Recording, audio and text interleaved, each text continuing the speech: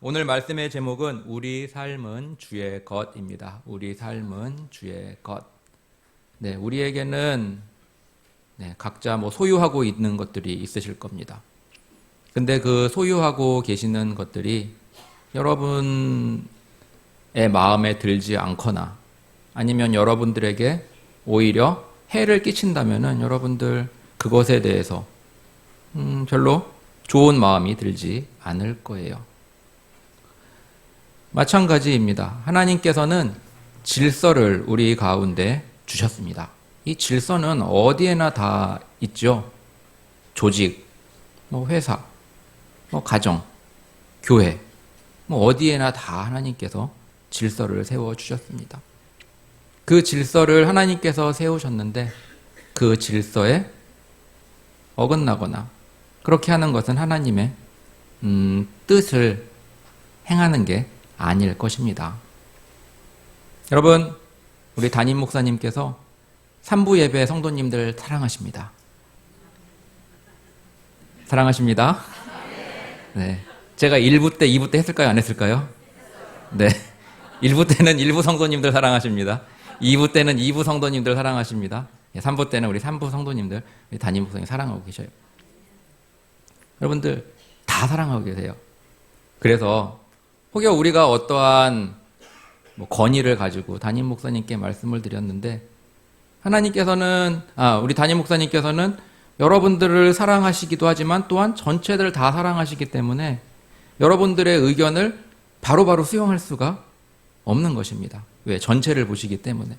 우리는 우리 부서만 보고 이 부서 이게 좋겠다라고 생각을 가지고 담임 목사님께 나가서 건의를 드리지만 담임 목사님은 이 부서만, 그러니까 내가 속한 부서만 보시는 게 아니라 다른 부서들도 다 보고 계시는 거거든요. 그렇기 때문에 우리 부서에 가지고 건의를 드렸는데 그것이 안 됐다 하더라도 낙심하지 마시고 다 사랑하시니까 다 또 각 부서를 다 사랑하시니까 그렇기 때문에 우리는 비록 건의를 했다 하더라도 그것이 안 들어졌을지라도 교회를 사랑하시는 담임 목사님께서 이렇게 합당하게 하시는 것이니 그 결정에 따라 순종하여 또 합력하는 우리 모두가 되면 좋겠습니다. 네, 이처럼 질서 중요한데요. 오늘 본문 저자, 요한계시록의 저자는 누구인가요? 네, 사도 요한입니다. 사도 요한은 그 당시 로마가 세계를 지배하던 당시 그 당시를 살아갔던 사람이에요. 이 신약 성경 27권이 있는데 27권의 이 모든 이 책은 평안한 가운데 안전한 가운데 형통한 가운데 쓰여진 책은 하나도 없습니다. 다 고난과 핍박과 문제와 어려움 가운데 이 신약 말씀들이 기록이 되었어요. 하나님께서는 이 신약 성경을 오고 오는 세대들에게 주시기 위해서 믿는 성도들에게 핍박, 고난, 그리고 어려움, 또 교회의 문제들 가운데서 그것들 가운데서 고군분투하는 주의 백성들을 통해 이 하나님의 말씀이 적어지게 하셨고 오늘날 우리에게 읽혀지게 하셨다는 것입니다. 혹여 우리의 삶에 풍파가 있습니까? 풍랑이 있습니까? 어려움이 있습니까? 고난이 있습니까? 찬송가 가사처럼 이 풍랑으로 인하여 더 빨리 가는 주님의 은혜가 있다는 것을 기억하시면 좋겠습니다. 사도 요한, 그 당시 로마 황제가 내가 신이다 라고 하던 그 시기였어요. 로마 황제가 내가 신이다 라고 하던 그 시기에 사도 바울은 질서를 바로 잡아 주었습니다. 황제는 인간에 불과합니다. 참 신은 예수 그리스도입니다. 예수 그리스도만이 진정한 주님이십니다. 황제라 할지라도 예수 그리스도의 명령에 복종하고 따라야 하는 삶을 살아가야 합니다. 라는 진리를 가르쳤을 때 그에게 다가온 것은 핍박이었고 고난이었고 박해였습니다. 그래서 오늘 본문에 보면 반모라는 설매 있다라고 했습니다. 유배되어진 것으로 보여집니다. 거기 보면은 하나님의 말씀을 위해 예수님을 증거하기 위해 하다가 그것 때문에 반모라는 섬에 있다라고 하고 있습니다. 요한은 요한복음에서 우리가 잘 알듯이 그의 배경을 볼 수 있습니다. 그의 배경은 그 집 안에, 그 집안의 소유에 배가 있었어요. 오늘날도 이 배가 있다 그러면은 어느 정도 경제력이 있는 집안일 것입니다. 근데 배만 있는 거였냐? 아니요. 종들도 있었어요. 오늘날로 말하면 선원들도 있었습니다. 그 배에서 일하는 선원들. 그러니까 기업의 오너, 가문이기도 하죠. 그리고 또 요한복음에 보면은 요한이 대제사장과도 아는 사이였다라고 말하고 있습니다. 그러니까 오늘날로 말하면은 그 당시에 대제사장이면 최고의 권력 아닙니까? 그러니까 오늘날 뭐 국회의장 이런 사람과 친분이 있다 그러면 우리들 오 대단하신 분이네 라고 하지 않겠습니까? 그러한 가문과 백그라운드와 경제와 인맥을 가지고 있었던 사람이 바로 사도 요한이었어요. 그런데 이 사도 요한이 예수님을 만나고 예수님이 오라 했을 때 부모님과 배와 그물과 다 버려두고 예수님을 쫓았다라고 말씀하고 있습니다. 그런데 그 쫓음은 처음에는 자신의 약간의 그 영예를 위해서 쫓았던 것 같아요. 아시다시피 청탁을 하잖아요. 부모님 모시고. 예수님께서 왕위에 오르실 때 한 명은 좌의정, 한 명은 우의정 되게 해주세요 라고 청탁을 하지 않습니까? 그리고 또 별명이 무엇이었죠? 우레의 아들이었습니다. 우레의 아들. 그러니 성질도 한성깔 했던 것 같아요. 그래서 그런 별명도 부여받았죠. 그런데 그런 요한이 예수님의 십자가의 죽음과 부활을 목격하고 그 증인이 되고서는 그 삶이 완전히 바뀌었습니다. 그가 그냥 선주의 아들로서 그냥 살아갔더라면 평안하고 나름 잘 먹고 잘 사는 삶을 살아갈 수 있었을 거예요. 하지만 예수님을 만나고 나서 그는 그것과는 전혀 거리가 먼 삶을 살아갔던 것입니다. 그럼에도 불구하고 그가 하나님의 말씀과 예수님의 증인의 삶을 살았던 것은 그것이 세상 것과는 비교할 수 없는 고귀하고 가치 있고 세상의 것과는 비할 수 없는 귀한 것이기에 그 삶을 살았다라고 할 수 있는 것이지요. 오늘 본문인 계시록 1장 9절을 다시 한번 읽어보도록 하겠습니다. 나 요한은 너희 형제여 예수의 환난과 나라와 참음에 동참하는 자라 하나님의 말씀과 예수의 증거를 인하여 반모라 하는 섬에 있었더니. 아멘. 이 구절이 영어 성경에 보면은 이렇게 NIV에 보면 이렇게 적혀 있는데요. 한번 보여주실까요? 네, 저기서 그냥 딱 볼 거는 밑줄 그어진 부분입니다. 거기 밑줄 그어진 데 보면은 suffering, 고난이라고 되어 있고요. kingdom, 나라라고 되어 있습니다. 그리고 patient endurance, 인내하는 견딤이라고 되어 있는데 그것들이 다 ours, 우리의 것이다 라고 한 것입니다. 그러니까 무엇이냐? 고난과 하나님의 나라와 인내가 우리의 것이다 라고 말하고 있는 것입니다. 누구? 하나님의 백성들의 것이다 라고 말하고 있어요. 됐습니다. 하나님의 백성들에게 하나님의 나라가 주어지는 건 확실한데 그 나라만 주어지느냐? 아니라 인내와 고난도 함께 주어지더라 라고 말하고 있는 거예요. 그게 우리 거다 라고 요한은 성경에서 말씀하고 있어요. 이 비슷한 말을 예수님께서 요한복음에서 하신 적이 있습니다. 예수님께서 뭐라고 하셨냐면 내가 곧 길이요 진리요 생명이다 라고 말씀을 하셨어요. 예수님께서 하신 이 말씀을 이 유진 피터슨 목사님은 이렇게 풀어 썼습니다. 예수님께서 말씀하신 내가 길이요라는 이 길은 십자가의 길이다. 주님의 십자가의 길을 걷지 않는 사람에게는 진리도 없고 생명도 없다. 영원한 생명이 있는 사람은 그리스도의 진리가 있고 그리스도의 십자가 길을 걷는다. 그리스도의 진리가 있는 사람은 십자가의 길을 걷는 자요 그에게 영원한 생명이 있다. 그렇기에 길과 진리와 생명은 따로 떼어놓을 수 없다. 십자가의 길을 걷지 않는 이에게 진리와 생명은 결코 주어지지 않는다. 이렇게 말하고 있습니다. 즉 하나님의 자녀에게 있어서 영원한 생명, 진리, 거기에는 반드시 십자가의 길이 함께 있다라는 것입니다. 십자가의 길 없는 영생도 없고 진리에 있다면은 그 진리 안에 있는 사람에게는 고난, 십자가의 길과 영생도 같이 있다라는 것입니까? 어느 거 하나 떼어줄 수 없다라는 거예요. 요한도 방금 본문에서 예수 그리스도 안에서 하나님의 나라와 고난과 인내가 우리 거다라고 그렇게 말하고 있지 않습니까? 그렇게 믿음의 사람들은 그 길을 걸어갔던 것입니다. 여기 요한 말고 또 다른 하나님의 나라를 유업으로 받은 자로서 고난과 인내를 함께 벗삼아 갔던 인물이 있으니 바로 사도 바울입니다. 사도행전 23장 11절을 한번 보도록 하겠습니다. 그날 밤에 주께서 바울 곁에 서서 이르시되 담대하라, 내가 예루살렘에서 나의 일을 증언한 것 같이 로마에서도 증언하여야 하리라 하시니라. 아멘. 이 말씀은 사도 바울의 3차 복음 전도 후반기에 일어난 상황입니다. 사도 바울은 예수님을 만난 후 복음 전도 여행 1차, 2차, 3차를 합니다. 그의 나이 40대 초중반에 1차 전도 여행을 시작으로 2차와 3차를 거쳐서 오늘 본문에 이르는 그 시간까지 왔습니다.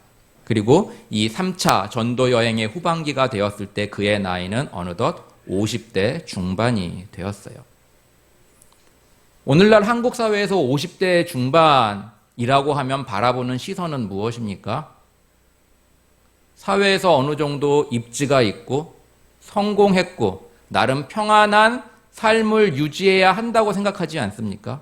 집도 있어야 되고 세단도 있어야 되고 돈도 어느 정도 있어야 되고 이것이 바로 한국 사회에서 50대를 바라보는 50대 중반쯤 되었으면 그 정도는 돼야 되지 않아 라고 보는 관점 아닐까요? 하지만 사도 바울의 그 나이대의 모습은 어땠습니까? 전혀 그것과는 관계가 없는 거리가 먼 삶을 살고 있었다는 것입니다. 그림 하나 보여주시겠습니다. 이 그림의 제목은 사도 바울 풍의 자화상입니다. 제목이 사도 바울 풍의 자화상이에요. 자화상이라 그러면 화가 자신의 모습을 그린 것이겠죠. 이 자화상의 주인공은 누구일까요? 네. 여기 1, 2, 3부 예배 쭉 들으시는 분도 계십니다. 대단하신 분이세요. 네. 이분의 이 자화상을 그린 사람은 여러분들 다 들어본 사람입니다. 바로 네덜란드가 낳은 세계적인 화가 렘브란트예요. 이 렘브란트는 이 그림을 그의 50대 중반에 그렸습니다. 그러니까 자기의 50대 중반에 이 자화상을 그린 거예요. 그가 지금 들고 있는 책은 바울 서신입니다. 그럼 그가 왜 이 자화상을 그리면서 제목을 사도 바울 풍의 자화상이라고 했을까요? 바로 자신의 고달픈 삶을 바울에 빗대어 표현하고자 한 것입니다. 50대 중반의 나이에 고달픈 삶을 살아가고 있는 자신의 모습이 마치 같은 나이대의 고난의 삶을 살아갔던 바울과 같다는 것을 담아내고자 이 자화상을 그렸던 거예요. 바울이 고린도후서 11장에 보면 자신의 이야기를 기록하고 있습니다. 매를 수없이 맞았고 여러 번 죽을 뻔하였고 40에 하나 감한매를 5번 맞았고 돌로 맞고 배가 난파된 적이 3번 있었고 7일 주야를 망망대해서 표류한 적도 있었고 죽음의 위협과 말로 형용할 수 없는 고난들을 수없이 겪었다라고 말하고 있습니다. 여기에 계신 분들 중에 여기에 기록된 어느 것 하나 우리가 경험해 본 적이 있어요? 거의 없을 것입니다. 바울은 이렇게 험악한 인생을 살아왔던 거예요. 누구 때문에? 누구를 위하여? 예수 그리스도와 복음을 위하여였습니다. 3차 전도 여행을 마치고 예루살렘에 돌아온 그는 어느덧 50대 중반의 나이가 되었어요. 그런데 그에게 다가온 것은 환호와 박수와 갈채와 꽃다발이나 부와 명예가 아니었습니다. 그에게 온 것은 차디찬 감방 아니었어요. 그 감옥 안에서 쓸쓸한 밤을 보내고 있을 때 주님께서 바울을 찾아오신 것입니다. 그리고 하신 말씀이 아까 우리가 읽었던 사도행전 23장 11절 말씀이에요. 우리 그거 다시 한번 읽어보도록 하겠습니다. 그날 밤에 주께서 바울 곁에 서서 이르시되 담대하라, 내가 예루살렘에서 나의 일을 증언한 것 같이 로마에서도 증언하여야 하리라 하시니라. 아멘. 주님께서는 바울에게 찾아오셔서 바울을 격려하십니다. 바울아, 잘했다. 예루살렘에서 증언 잘했어. 이제는 로마에 가서도 나를 증언하게 될 거야 라고 약속해 주십니다. 그러면서 또한 격려해 주시죠. 바울아, 담대하거라, 용기를 내렴이라고 격려해 주십니다. 그 주님의 말씀이 오늘을 살아가는 우리에게도 힘이 됩니다. 우리 눈에는 보이지 않지만 주님께서 여전히 우리 삶의 곁에 계시고 우리의 곁에서 우리를 응원하고 계시고 힘을 북돋워 주시고 용기 내렴, 힘내렴 이렇게 말씀해 주고 계셔요. 그렇기 때문에 우리는 살아갈 힘을 갖고 살아갈 수 있는 것입니다. 주님께서 바울에게 하신 말씀과 약속, 너가 로마에 가서도 나를 증언하게 될 거야 라는 이 말씀 이후에 일어나는 모든 사건들을 통해서 오늘 우리는 가장 좋은 길로, 가장 완전한 길로 인도하신다는 그 말의 본질적 의미를 볼 수 있습니다. 즉, 가장 좋은 길로, 가장 완전한 길로라는 것은 내 보기에 좋은 길, 완전한 길이 아니라 주님 보시기에 가장 좋은 길, 가장 완전한 길이라는 것입니다. 바울은 복음을 전했다는 이유로 감방에 억울하게 갇히게 되었습니다. 오늘날 같이 전기가 있는 것도 아니고 온돌이 있는 것도 아니겠죠. 차디찬 그곳에 불빛 하나 없고 그 쓸쓸한 밤을 홀로 보내고 있었습니다. 동료도 없었고 도와줄 사람도 없었어요. 그때 주님께서 찾아오셨죠. 그리고 바울에게 격려해 주시고 바울에게 앞길을 말씀해 주십니다. 주님의 약속을 받았어요. 너가 로마에 가서도 나를 증언하게 될 거야. 이것은 바울이 오랫동안 원하던 것이었습니다. 로마로 가서 복음을 전하는 것 말이죠. 근데 주님께서 찾아오셔서 그 약속을 해주셨더니 얼마나 고마웠고 기뻤겠습니까? 이젠 이 감옥에서 나갈 수 있겠구나, 이젠 로마로 가겠구나 라고 생각을 했을 수도 있어요. 그러나 주님께서 그 약속을 주신 그 다음 날 바울의 로마행 결정이 떨어졌으면 좋으련만 자객 40명이 바울을 숨어 기다린다는 소식을 듣게 됩니다.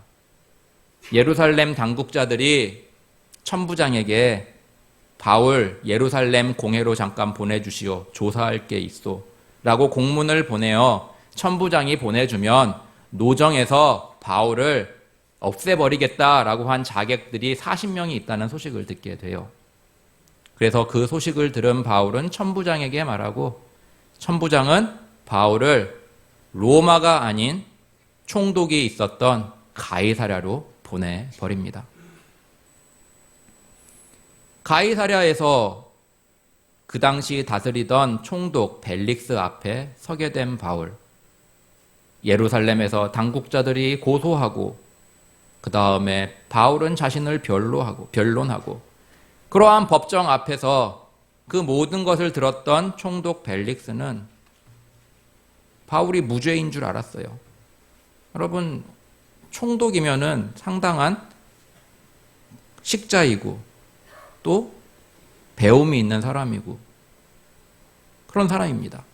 그러니까 그런 벨릭스 총독도 바울이 무죄인 걸 알았습니다. 그런데 성경은 그가 바울을 계속해서 가이사랴에 구금해 두었다라고 말하고 있어요. 왜 그랬을까요? 네. 사도행전 24장 26절에 보면 이렇게 누가는 적고 있습니다. 벨릭스는 바울에게서 돈을 받을 수 있지 않을까 하는 기대감에 바울을 계속 구금해 두었다라고요. 바울이 무죄인 것을 확신했습니다. 감옥에 갇힐 일도 없어요. 죽을 일도 없습니다. 그런데 총독인 벨릭스는 바울에게서 돈을 받을 수 있지 않을까 하는 기대감에 바울을 계속 가다두었다라고 말하고 있습니다. 누가는 이것을 꼬집고 조롱하고 있는 것입니다. 여러분, 당시의 서민들이 보았을 때 총독은 어떤 사람입니까? 다 가진 사람이잖아요. 지위 높고 최고위, 그 다음에 가진 것도 있고 어느 것 하나 부러울 것 없는 이 총독이라는 자가 바울에게서 뇌물 좀 받을까 하여 또 자신의 정치적인 입지를 위해서 그냥 계속 가두어 놓는, 정의를 굽게 하는 일을 하고 있다라는 것입니다. 그것을 이 누가 사도 바울의 저자는 꼬집고 비웃고 있는 거예요.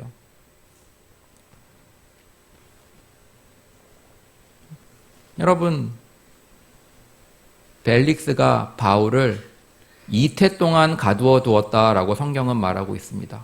이태 동안이란 건 2년입니다. 2년 동안 이 총독은 정의를 굽게 하였고, 그리고 자신의 영달을 위해 죄 없는 자를 가두어 두었던 거예요. 근데 이게 오늘날 살아가는 정치인들과 다르지 않냐? 잘 모르겠습니다. 정치인들 잘 차려입고 유창하게 말하고 마치 국민을 위해서 살아가겠다고 말은 하지만 어쩌면 그 뒤에는 자신의 정치적 입지가 더 중요하고요. 자신의 경제적인 그러한 문제, 자신의 명예, 그거를 더 생각하고 살아갈 수도 있고, 그러면서 정의를 굽게 하고 정의가 아닌 일을 행하기도 하고 그럴 수 있다라는 거예요. 예나 지금이나 어쩌면 다를 바가 없을 수도 있다라는 것입니다.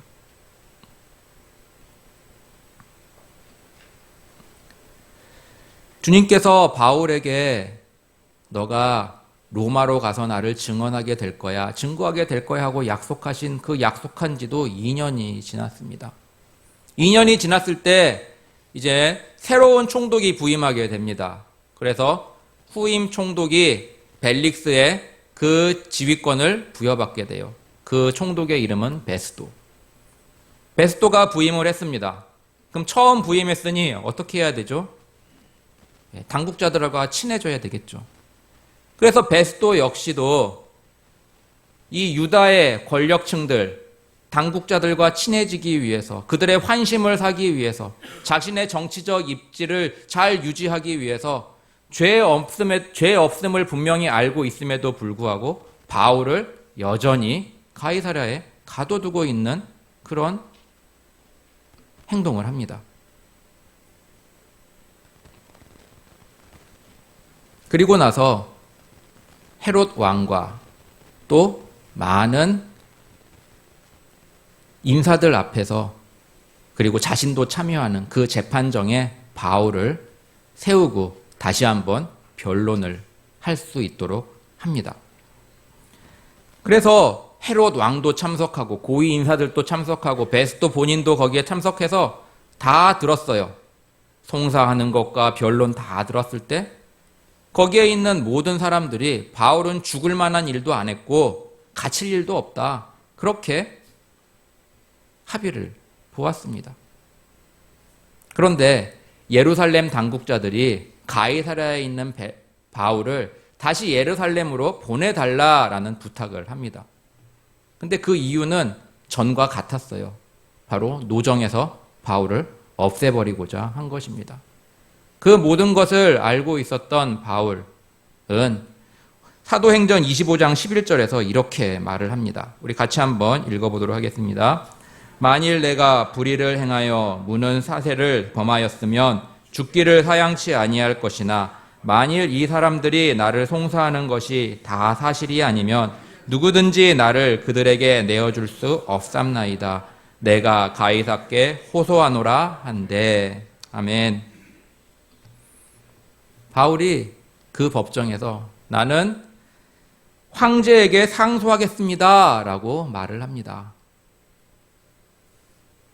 2년 전 주님께서 약속하신 바를 바울 자신이 그 길을 열었던 거예요. 2년 전에 주님께서 바울에게 로마에 가서도 나를 증언할 거야 라고 하셨던 그 말씀, 2년 동안 지지부진했습니다.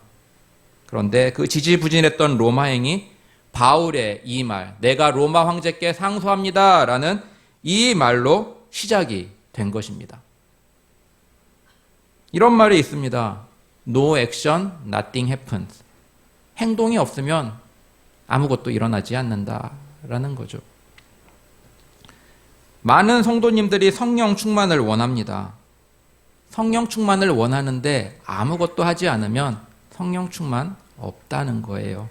성령 충만을 원한다면 성령 충만하기도록 말씀과 기도에 힘을 내야 합니다. 또 봉사와 헌신과 또 하나님의 그 예배의 자리에 나와야 하는 것입니다. 드디어 바울의 로마 이송이 결정되었습니다. 주님께서는 바울 로마에 가서도 증거하리라고 하셨던 그 말씀을 바울을 통해 이루게 하셨는데요.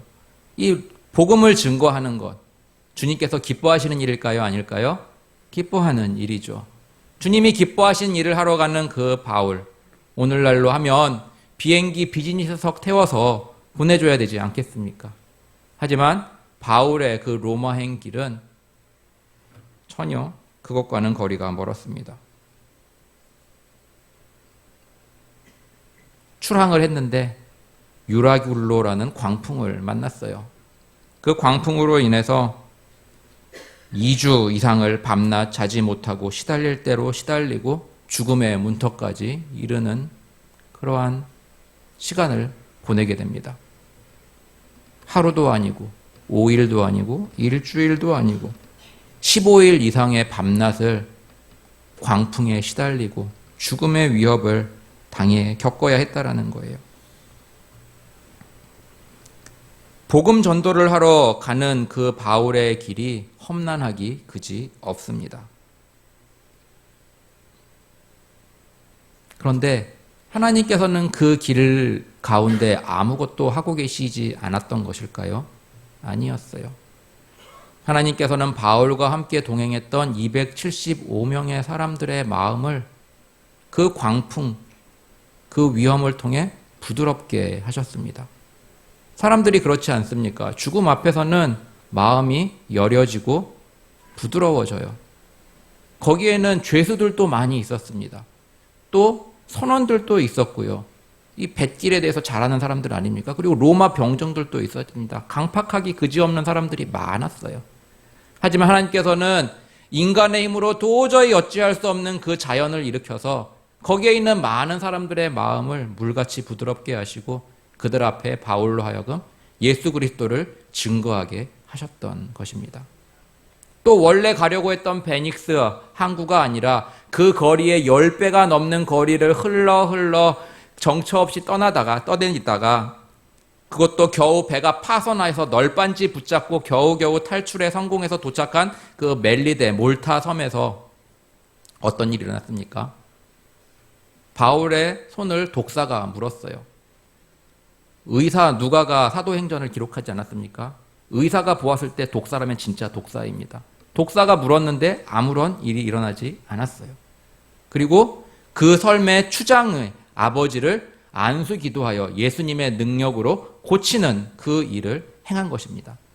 그리하여 그 모든 섬 안에 있는 모든 사람들이 하나님의 능력, 주님의 능력을 보게 하였던 거예요. 즉 주님께서는 세상의 눈으로 봤을 때는 바울의 그 길이 험하고 정말 처량하기 그지없고 정말 좋지 않은 그러한 길이었지만 하나님의 시선에서는 그 길이 가장 좋은 길, 가장 완전한 길이었다라는 것입니다. 결론입니다. 사도 요한과 사도 바울, 은수저라는 복을 등에 업고 세상의 관점으로는 부러울 만한 삶을 살아갈 수 있었을 수도 있었지만 예수님을 만난 후로는 그 모든 것들이 안개와 같고 배설물과 같은 것임을 깨달았습니다. 바울, 승승장구하며 살아갈 수 있었던 사람임을 잘 알죠. 인맥, 배경, 학벌, 가문 어느 것 하나 빠질 게 없는 사람이에요. 그냥 가만히 있어도 고위직으로 갈 수 있었던 사람입니다. 하지만 바울의 고백, 이 모든 것을 배설물과 같이 버리노라 라고 하지 않았습니까? 요한은 어떤 사람입니까? 요한도 아까 말씀드렸듯이 은수저쯤 되는 사람이에요. 가만히 있었으면 평안히 잘 먹고 잘 살 수 있었던 사람입니다.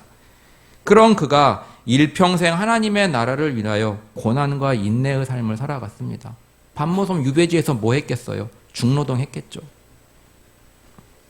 그럼에도 사도 요한과 사도 바울은 그들에게 주어진 그 길이 가장 좋은 길이며 가장 완전한 길이라는 것을 믿었기에 그 길을 갔던 것입니다.